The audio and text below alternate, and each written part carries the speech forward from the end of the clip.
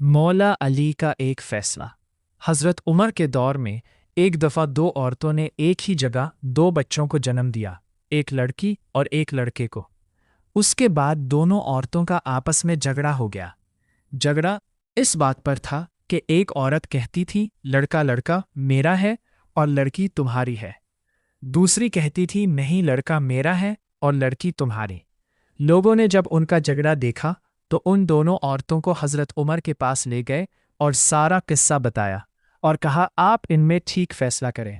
हज़रत उमर ने कहा हज़रत अली को बुलाया जाए, वही इनका ठीक फैसला कर सकते हैं। जब हज़रत अली आए तो लोगों ने सारा किस्सा मौला अली को बताया तो मौला अली ने फरमाया इन दोनों औरतों को एक एक छोटा बर्तन दो और इन्हें कहो पर्दे में जाकर इन बर्तन में अपना अपना दूध लेकर आओ।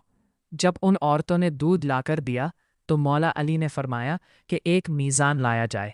जब मीज़ान लाया गया तो मौला अली ने उस मीज़ान पर दोनों औरतों का दूध रखकर तोला तो एक का वज़न कम था, दूसरे का ज़्यादा। मौला अली ने फरमाया कि जिसके दूध का वज़न ज़्यादा है उसका लड़का है और जिसके दूध का वज़न कम है उसकी लड़की है।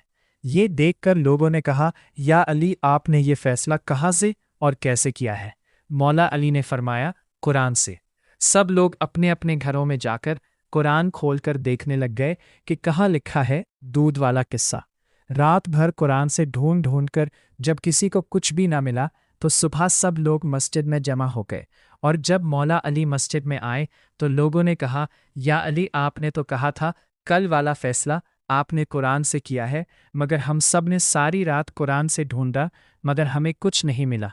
मौला अली ने फरमाया क्या कुरान में तुमने वो आयत नहीं पढ़ी कि मर्दों का हिस्सा औरतों से 2 गुना होता है? सब ने कहा हाँ ये आयत तो है।